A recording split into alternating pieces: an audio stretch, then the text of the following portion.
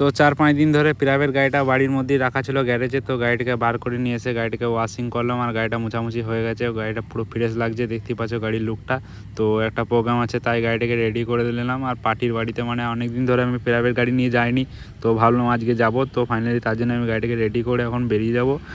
তার মধ্যে গাড়িটা ওয়াশিং পুরো কমপ্লিট হয়ে গেছে, দেখতে পাচ্ছ। চলো গাড়ি নিয়ে বেরিয়ে গেলাম। আর ফাইনালি আমি এখন আছি শোভাপুর গ্রাম। তো এইখান থেকেই পার্টি যাবে আর এরপর আমি গ্রামের ভিতরে রোডটাতে চলে এসেছি, ঠিক আছে। তো চলো দেখি কতক্ষণ কি সময় লাগে আর কোন জায়গায় যাচ্ছি সেটা তোমাদের জানাচ্ছি, চলো। তো টাইম আমাকে যে টাইম দিয়েছিলো সেই টাইমের মধ্যেই চলে এসেছি, ঠিক আছে। আর এইখানে আর সময় নেই বেশি, তো তাড়াতাড়ি করে বেরিয়ে যাব। আর কোথায় যাচ্ছি তোমাদের কিন্তু পুরোটা আপডেট দেখাবো, যে কোথায় কিভাবে যাচ্ছি না যাচ্ছি সেটা তো দেখাবো। তো চলো পার্টির জন্য অপেক্ষা করছি, পার্টি চলে এলে এখান থেকে বেরিয়ে যাবো গাড়ি নিয়ে। তো গাড়ির লুকটা দেখিয়ে দিচ্ছি কোন জায়গায় গাড়িটা লাগিয়েছিলাম। তো ফাইনালি পার্টিকে নিয়ে চলে এলাম এখন মেন রোডে। আর দেখতে পাচ্ছ জনসন কভার করছি, দুর্গাপুর জনসন পার করছি। তো হাইওয়েটা পুরোটা দেখাচ্ছি না আমি, ওইখানে যে ডাইরেক্ট দেখাবো কেন পার্টির অসুবিধা হচ্ছে। তো ফাইনালি আমি এখন লোকেশনে চলে এসেছি।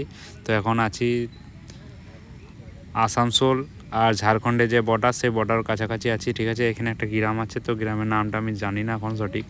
তো ফাইনালি এই জায়গায় গাড়িটা পার্কিং করলাম আর সামনে একটা বাড়ি আছে, তো গ্রাম সাইডের রাস্তা। তো দেখি কতক্ষণ সময় লাগছে।